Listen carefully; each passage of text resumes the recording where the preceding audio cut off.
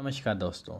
आज इस वीडियो में मैं आपको बताऊंगा कैसे रैम और प्रोसेसर इंस्टॉल किया जाए मदरबोर्ड में। मेरे पास जो रैम है वो है 8 GB DDR4 2400 megahertz cross vengeance और जो प्रोसेसर है वो है इंटेल i7 7 जनरेशन। प्रोसेसर जो होता है वो दिल होता है किसी भी कंप्यूटर सिस्टम का। ये जो ट्रे देख रहे हैं आप, इसे बहुत ही आराम से ऊपर खोलें। अब हमें जानना है हम जो प्रोसेसर लगा रहे हैं वो ठीक साइड से लगा रहे हैं या नहीं। इसके लिए आप देख सकते हैं प्रोसेसर पर नॉच प्रोवाइड किया हुआ है और ये नॉच बिल्कुल मदरबोर्ड के साथ फिट बैठना चाहिए।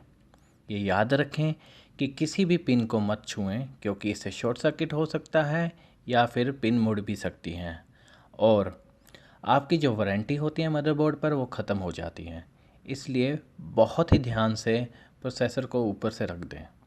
जब दोनों साइड के नॉच सही तरह से फिट बैठ जाएं तो समझ लीजिए कि प्रोसेसर ठीक से सेट हो गया है।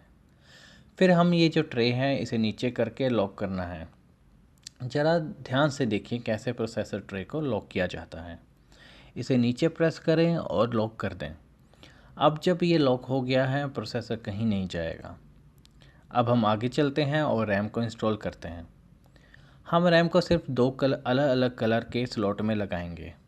ध्यान रखें कि आप ज़रूर अपने मदरबोर्ड के मैनुअल को पढ़ लें, नहीं तो जब आप सिस्टम ऑन करेंगे तो आपको रैम एरर देखने को मिल सकती है।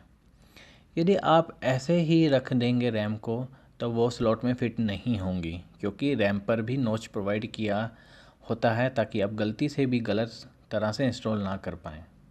रैम इंस्टॉल करना सबसे इजी होता है। चलिए इंस्टॉल करते हैं।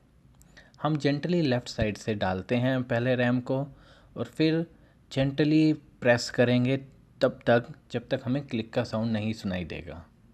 जब क्लिक का साउंड सुनाई दे तो समझ लीजिए कि रैम इंस्टॉल हो गया है। अब हमें ये सेम प्रोसेस हमें दूसरे रैम के लिए इंस्टॉल रिपीट करना है। अब हमारे दोनों रैम इंस्टॉल हो गए हैं और बहुत ही आसानी से हो गए हैं। अगर आपके पास कोई सवाल हो तो उसे नीचे कमेंट सेक्शन पर लिखें और मैं जल्दी से जल्दी उसका जवाब देने की कोशिश करूँगा।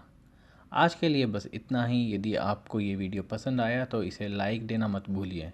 आप सभी को बहुत बहुत धन्यवाद।